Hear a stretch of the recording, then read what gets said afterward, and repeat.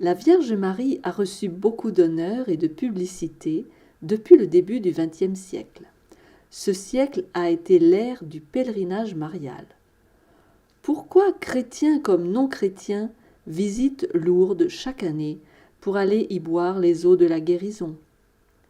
Et ces 10 millions qui vont prier Notre-Dame de Guadeloupe?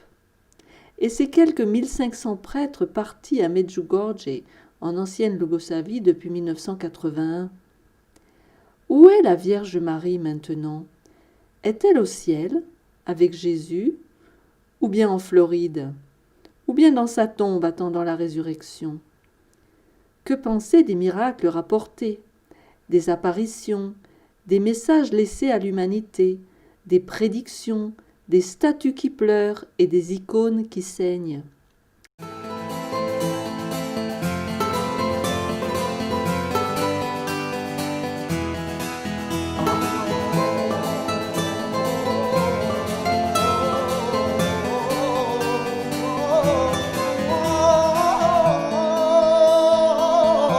La vérité sur la Vierge Marie. Les apparitions incroyables de Marie se sont accompagnées de messages donnés par Marie à l'humanité. Ces messages sont significatifs. En 1531, Notre-Dame de Guadeloupe s'est donné le titre de celle qui écrase le serpent. Cela vient d'un texte de la Bible en Genèse 3,15, où il est dit « Je mettrai inimitié entre toi et la femme, entre ta postérité et sa postérité, celle-ci t'écrasera la tête et tu lui blesseras le talon. » Je n'ai pas le temps d'expliquer ce texte, mais on sait que c'est Jésus qui va écraser le serpent, pas Marie. En 1846, à La Salette, en France, le message de Marie était « Lucifer a été libéré en 1864 ». En 1858, à Lourdes, en France, elle se fait appeler l'Immaculée Conception. En 1917, à Fatima au Portugal, la Reine du Rosaire. Et en 1932, à Beaurain en Belgique, je suis la Mère de Dieu, la Reine du ciel, priez sans cesse. Elle utilise d'autres titres blasphématoires quand elle s'identifie comme la Dame de toutes les nations, la gardienne de la foi, celle qui est pure, sans péché, la Mère de Dieu, l'épouse immaculée du Saint-Esprit, la seconde Ève, la nouvelle Ève, la Reine du monde, la Reine du nouvel âge. Nous ne voulons pas manquer de respect envers Marie en parlant de ces choses, car il est certain qu'elle fut une merveilleuse femme chrétienne. C'est pourquoi d'ailleurs Dieu l'a choisie pour être la mère du Messie. Mais au juste, qui était Marie et que penser de ses prérogatives actuelles? D'après la Bible, Marie était une jeune fille vierge fiancée à un certain Joseph de Nazareth. En Luc 1,27, auprès d'une vierge fiancée à un homme de la maison de David nommé Joseph. Le nom de la vierge était Marie, à qui Dieu a fait la faveur d'être choisie pour être la mère de Jésus-Christ. En Luc 1, versets 28 à 33, l'ange entra chez elle et dit « Je te salue, toi à qui une grâce a été faite. Le Seigneur est avec toi. » Troublée par cette parole, Marie se demandait ce que pouvait signifier une telle salutation. L'ange lui dit « Ne crains point, Marie, car tu as trouvé grâce devant Dieu, et voici, tu deviendras enceinte, et tu enfanteras un fils, et tu lui donneras le nom de Jésus. Il sera grand et sera appelé Fils du Très-Haut, et le Seigneur Dieu lui donnera le trône de David, son père. Il régnera sur la maison de Jacob éternellement, et son règne n'aura point de fin. » Elle devait concevoir Jésus miraculeusement par l'opération mystérieuse du Saint-Esprit. L'ange lui répondit « Le Saint-Esprit viendra sur toi, et la puissance du Très-Haut te couvrira de son ombre. C'est pourquoi le Saint-Enfant qui naîtra de toi sera appelé Fils de Dieu. » C'était un privilège, mais la personne qui devait être exaltée, ce n'était pas Marie, mais Jésus. Au verset 32, il est dit « Il sera grand et sera appelé Fils du Très-Haut, et le Seigneur Dieu lui donnera le trône de David son père. Il régnera sur la maison de Jacob éternellement, et son règne n'aura point de fin. » Quelques versets plus loin, Marie elle-même déclare que ce fils dans son ventre est le Fils de Dieu, le Sauveur du monde. Au verset 46 et 47, Marie dit « Mon âme exalte le Seigneur, et mon esprit se réjouit en Dieu, mon Sauveur. » Elle devait l'appeler Jésus, ce qui veut dire « celui qui sauvera son peuple de ses péchés ». Marie ne prétendait pas être la mère de Dieu, puisqu'aucun membre de la divinité a une mère. Jéhovah est celui qui existe par lui-même. La Bible annonce dans la prophétie de Michée 5, verset 2, le lieu de la naissance de Jésus et son identité. « Et toi, Bethléem Ephrata, petite entre les milliers de Juda, de toi sortira pour moi celui qui dominera sur Israël et dont l'origine remonte aux temps anciens, au jour de l'éternité. » Oui, ce Jésus, c'est bien celui dont l'origine remonte à l'éternité. Marie a réalisé qu'elle était bénie entre toutes les femmes, puisqu'elle est devenue l'instrument par lequel un des êtres divins allait s'incarner pour venir au secours de la race humaine. Elle fut la mère du Messie, le Dieu fait homme. Il devint le Fils de l'homme, mais il resta Dieu, le Fils de Dieu. Marie a toujours su garder sa place. Elle ne s'est pas enorgueillie, elle s'est considérée humblement comme la servante du Seigneur. Marie dit « Je suis la servante du Seigneur, qu'il me soit fait selon ta parole. » Et l'ange la quitta. Luc 1, 38. Au verset 48, elle reconnaît son humble et basse origine. Le mot bassesse en grec a une connotation d'humiliation, d'abaissement. Elle dit « Parce qu'il a jeté les yeux sur la bassesse de sa servante, car voici désormais toutes les générations me diront bienheureuse. » Socialement, elle n'est rien ou pas grand-chose, mais au verset 49, elle admet que celui qu'elle porte, ce héros qui réalisera de grandes choses, c'est à cause de lui que les générations futures la diront bénie, car elle a rendu possible la rédemption de l'homme. Parce que le Tout-Puissant a fait pour moi de grandes choses, son nom est saint. Il est difficile d'imaginer une si humble personne émerger dans notre monde et se présenter avec des titres si présomptueux et si arrogants qu'elle s'exalte au niveau de la divinité. La Bible, cependant, ne relate aucun de ces miracles, aucune promesse qu'elle en ferait et aucune prière qui lui a été consacrée. Les évangiles consacrent à Marie peu de paroles et de place puisqu'ils exaltent Jésus. Elle restera cette humble personne, aimant son Fils, partageant le secret de sa naissance, sans bien en comprendre toutefois son vrai ministère de salut. À sa mort sur la croix, Jésus, contemplant son visage accablé de douleur, se tourna vers Jean. Jésus, voyant sa mère, et auprès d'elle le disciple qu'il aimait, dit à sa mère, « Femme, voilà ton fils. » Puis il dit au disciple, « Voilà ta mère. » Et dès ce moment, le disciple la prit chez lui. Christ confia sa mère aux soins de Jean pour le reste de sa vie. Cependant, Jean, dans l'Apocalypse, ne parle pas d'elle, ne dit rien concernant son assomption au ciel. Pourquoi ? Tout simplement parce que cela n'est jamais arrivé. Marie est-elle née du Saint-Esprit ? Voyons la doctrine de l'Immaculée Conception. Quand on parle de l'Immaculée Conception, on pense souvent, sans y réfléchir trop, à la naissance virginale de Jésus. Mais il s'agit de la naissance de Marie, qui, selon la doctrine catholique, fut conçue sans la tache du péché originel. Pourtant, la Bible contredit ce concept, puisqu'elle affirme, en Romains 3, 23, « Car tous ont péché et sont privés de la gloire de Dieu. » Et en Romains 3, 10, « Il n'y a point de juste, pas même un seul. » De plus, sa généalogie est bien claire. Elle est de pur sang israélite, descendante d'Abraham par ses deux parents. Alors qu'il est dit de Jésus en Hébreux 2,16 qu'il a pris sur lui la nature humaine. Il ne l'avait pas au départ, car il était Dieu. Jésus est reconnu comme cette chose sainte, le saint enfant Jésus. Voyez plutôt en Luc 1,35. L'ange lui répondit, « Le Saint-Esprit viendra sur toi, et la puissance du Très-Haut te couvrira de son ombre.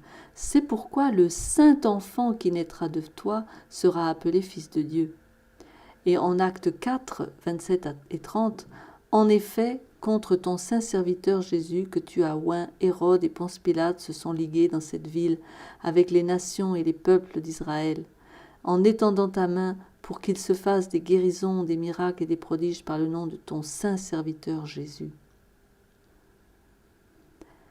Et l'Assomption, que l'on fête le 15 août. L'Église catholique en 1950 a déclaré que l'Assomption fait partie désormais du dogme catholique. C'était sous le pape Pie XII. Voilà ce qu'il disait. « On assume que Marie est au ciel. À cause de sa nature sans péché, son corps ne pouvait subir la corruption de la tombe. » Mais on est en droit de se demander si c'est bien un dogme biblique.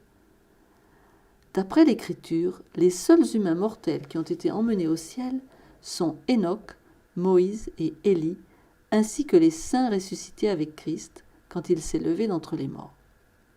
La Bible ne parle pas de la résurrection ou de l'ascension de Marie. Que penser maintenant de la doctrine de l'immortalité de l'âme? Si Marie est un simple être humain pécheur comme nous tous, comment peut-elle être vivante et apparaître sur la terre? Eh bien, tout part du premier mensonge.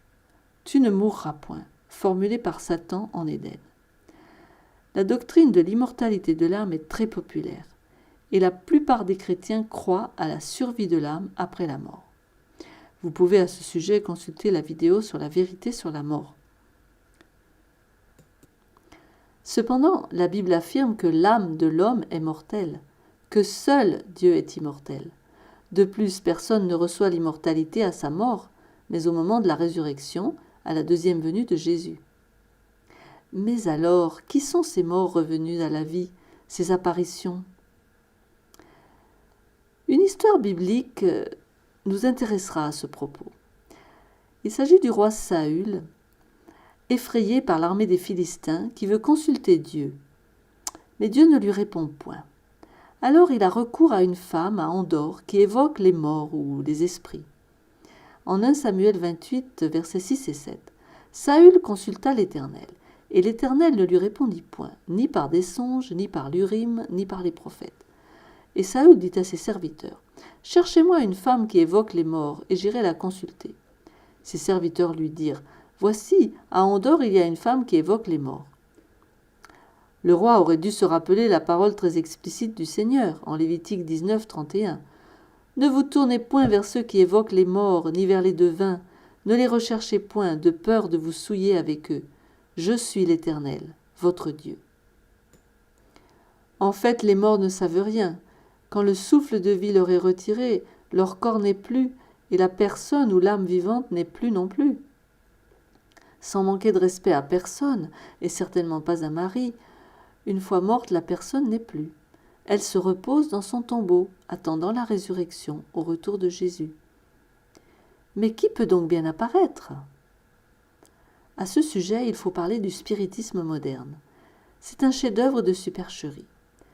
Tant que Satan vivra, il y aura du spiritisme, c'est-à-dire la pensée que la vie continue dans la mort. Si les morts vivent, alors on comprend, leurs esprits peuvent communiquer avec leurs amis sur la terre. C'est un moyen ou médium regardé comme sacré à travers lequel Satan œuvre pour l'accomplissement de ses objectifs. Il a le pouvoir de ramener devant les hommes l'apparence d'une personne décédée. La contrefaçon est parfaite. Le regard familier, les paroles, le ton de la voix sont reproduits de manière très fidèle. Les prétendus visiteurs du monde des esprits peuvent donner des avertissements qui s'avèrent corrects d'ailleurs. Ainsi, la personne gagne confiance et des doctrines sont présentées qui affaiblissent la foi dans les Saintes Écritures. Ainsi, Satan, dans son effort pour tromper les croyants des derniers jours, utilise-t-il des démons pour personnifier nos proches? Et pourquoi ne pas faire apparaître Marie sous la forme d'un démon qui se fait passer pour la mère de Jésus-Christ? Le mouvement marial. 2000 ans après la Nativité, la maman de Jésus est plus aimée, plus puissante et plus controversée que jamais. Un article dans Life Magazine en décembre 1996 indiquait que Marie pourrait conduire à une union œcuménique de toutes les églises chrétiennes. L'Église catholique attribue à Marie le titre de co-rédemptrice, médiatrice et avocate, que la contrefaçon de Marie a déclaré à certaines personnes autour du globe. Mais ce n'est pas biblique. En Ésaïe 60, verset 16, il est dit « Tu suceras le lait des nations, tu suceras la mamelle des rois, et tu sauras que je suis l'Éternel, ton Sauveur, ton Rédempteur, le puissant de Jacob. » Le prophète parlait de Jésus-Christ, pas de Marie, en affirmant son état de Rédempteur. Il ne peut y avoir qu'un Rédempteur. En effet, la Bible avertit que « il n'y a de salut en aucun autre », car il n'y a sous le ciel aucun autre nom qui ait été donné parmi les hommes par lequel nous devions être sauvés. Et en 1 Timothée 2, verset 5, « Car il y a un seul Dieu et aussi un seul médiateur entre Dieu et les hommes, Jésus-Christ, homme. » Ce verset confirme qu'il n'y a qu'un médiateur. Jésus est le seul être qualifié pour être le médiateur de l'humanité. Marie n'est pas non plus notre avocat, puisque la Bible affirme en 1 Jean 2, verset 1, « Mes petits enfants, je vous écris ces choses afin que vous ne péchiez point. Et si quelqu'un a péché, nous avons un avocat auprès du Père, Jésus-Christ, le juste. » Si Marie était vivante, oserait-elle contredire les paroles de son fils? Dans le livre « The Thunder of Justice », ce qui veut dire « le tonnerre de justice », l'auteur parle des souffrances du calvaire qui ont causé des blessures cachées et mystiques à Notre-Dame. Dieu ne veut pas que ces blessures précieuses soient ignorées. Au contraire, son peuple doit comprendre la formidable purification que l'humanité reçoit et recevra en s'attachant par dévotion aux blessures mystiques et cachées de Marie. Comme si elle avait souffert pour nous. Ce n'est pas Marie qui a réalisé la prophétie d'Ésaïe 53, mais Jésus-Christ, car il a été puni, frappé de Dieu et humilié. Il a été brisé pour nos iniquités, blessé pour nos péchés. Son sacrifice est suffisant. Marie n'a pas besoin de souffrir pour nos péchés. Elle n'est pas la seule à souffrir d'ailleurs. Certaines personnes portent des stigmates, les marques et les douleurs des blessures de Jésus-Christ sur la croix. On peut même les voir saigner et souffrir terriblement. Chez certains, le sang coule par les yeux. Cela correspond souvent à de l'extase mystique, un état de transe. Tout cela ne vient pas de Dieu, car Dieu n'a pas besoin que l'on expie son propre péché et celui des autres. Tout a été accompli à la croix. Et l'adoration de la Madone et de l'enfant. L'adoration du roi du ciel, du Dieu invisible, est pratiquement éteinte en Europe. Par contre, la mère et l'enfant sont de grands objets de culte. Les Babyloniens, dans leur religion populaire, adoraient la déesse mère et un fils représentés dans des images et statues par un enfant dans les bras de sa mère. Ce culte s'est propagé de Babylone en Égypte, où la mère et l'enfant étaient appelés Isis et Osiris, ou Horus. À Rome, c'était Fortune et Jupiter. On a retrouvé ces représentations en Grèce, au Tibet, en Chine et même au Japon. À Babylone, ce fils était Tammuz. La Bible en parle en Ézéchiel 8 de 12 à 14. Et il me dit, « Fils de l'homme, vois-tu ce que font dans les ténèbres les anciens de la maison d'Israël, chacun dans sa chambre pleine de figures? Car ils disent, l'Éternel ne nous voit pas, l'Éternel a abandonné le pays. » Et il me dit, tu verras encore d'autres grandes abominations qu'ils commettent. Et il me conduisit à l'entrée de la porte de la maison de l'Éternel, du côté du septentrion. Et voici, il y avait des femmes assises, qui pleuraient Tammuz. C'est de l'adoration de faux dieux. Ainsi, dans les églises, ces statues de la Vierge et l'enfant ne représentent pas Marie et Jésus, mais des dieux babyloniens. Résumons-nous. Marie a été une femme bénie, puisque choisie par Dieu pour porter en son sein le Messie du monde. La Bible ne dit rien sur la résurrection et rien sur l'ascension de Marie. À l'heure actuelle, elle se repose dans le sommeil de la mort, attendant le jour de la résurrection. Les soi-disant apparitions ne peuvent être qu'une tromperie spirite, des esprits de démons qui font réapparaître les morts. Ces apparitions sont exploitées par l'ennemi des âmes pour tromper. L'Église catholique les utilise pour faire avancer son agenda, l'œcuménisme, une seule religion mondiale, laquelle sera dirigée par elle-même. Soyons donc vigilants, cherchons et sondons la parole, sondons les Écritures pour discerner l'erreur afin de nous tenir sur la plateforme de la vérité.